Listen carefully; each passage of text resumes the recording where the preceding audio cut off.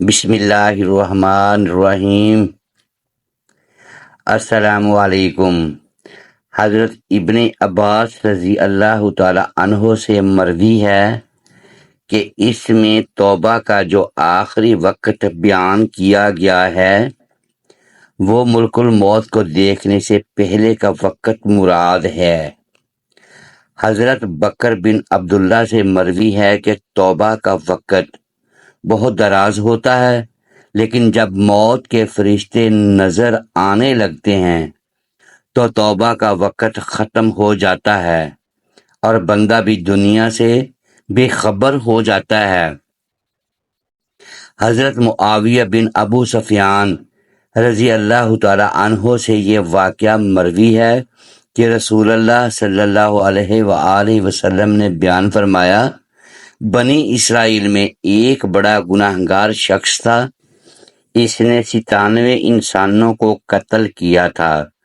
جب اس کو اپنی غلطی کا احساس ہوا تو ایک راہب کی خدمت میں حاضر ہو کر عرض کیا، اے راہب، میں نے کوئی برائی نہیں چھوڑی، یہاں تک کہ میں نے 97 انسانوں کو ناحق قتل کیا ہے، کیا میرے لیے توبہ کی کوئی راہ نکل سکتی ہے اور توبہ قبول ہو سکتی ہے؟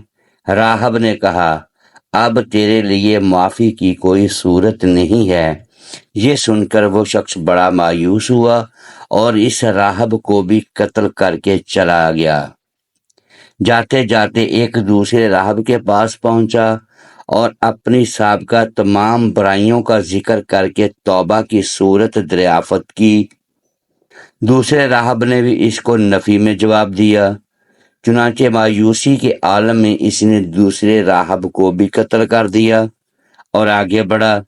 ایک تیسرے راہب کے پاس گیا اور اس سے بھی اسی طرح اپنے گناہوں کا ذکر کیا اور توبہ کی راہ دریافت کی۔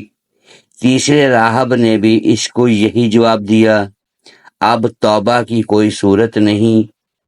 یہ سن کر اس نے تیسرے راہب کو بھی قتل کر دیا۔ اب اس قاتل کے مقتولین کی تعداد 100 ہو گئی۔ اس کے بعد ایک چوتھے راہب کے پاس آیا اور اسے اپنے جرائم کا ذکر کر کے توبہ کی صورت دریافت کی۔ اس راہب نے کہا، اگر میں یہ جواب دوں کہ جو شخص اللہ کی طرف رجوع ہوتا ہے اللہ اس کی طرف رجوع نہیں ہوتا تو یہ جھوٹ ہوگا، اس لیے میں تجھ سے کہتا ہوں کہ تو اب توبہ کر اور پھر اپنے اعمال درست کرنے کے لیے فلاں مقام کے دیر میں جا کر وہاں کے عابدوں کے ساتھ اللہ تعالیٰ کی عبادت کر۔ راہب کی یہ بات سن کر اس کو امید بندھی اور اس نے توبہ کر کے اس دیر کی راہ لی۔ جب وہ درمیانی راستہ تک پہنچا تو اللہ نے اپنے فرشتے کو حکم دیا اور اس کی روح وہیں راستے ہی میں قبض کر لی گئی۔ اس کے مرتے ہی عذاب اور رحمت کے فرشتے اس کو اٹھانے کے لیے جگڑنے لگے۔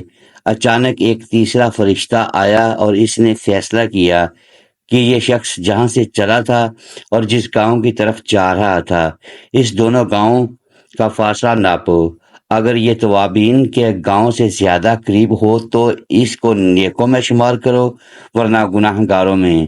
چنانچہ جب فاصلے کی پیمائش ہوئی تو ایک بالشت توابین کے گاؤں سے زیادہ قریب تھا، اس لیے اس کو بخش دیا گیا اور رحمت کے فرشتوں نے اس کو اٹھا لیا۔ ناظرین گرامی، اگر ویڈیو اچھی لگی ہو تو لائک کریں اور اپنے اس چینل کو سبسکرائب کر لیں تاکہ ایسی اسلامی ویڈیوز اب تک بر وقت پہنچتی رہیں۔ شکریہ، اللہ حافظ۔